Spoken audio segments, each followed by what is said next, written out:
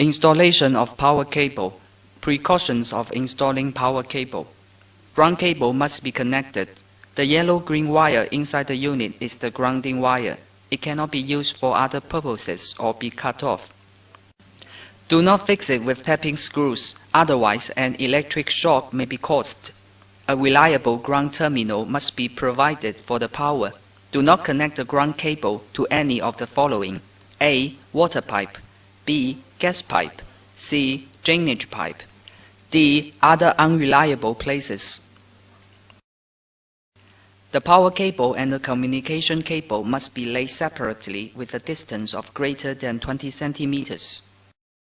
Configure an air switch to each unit for short-circuit and overload protection.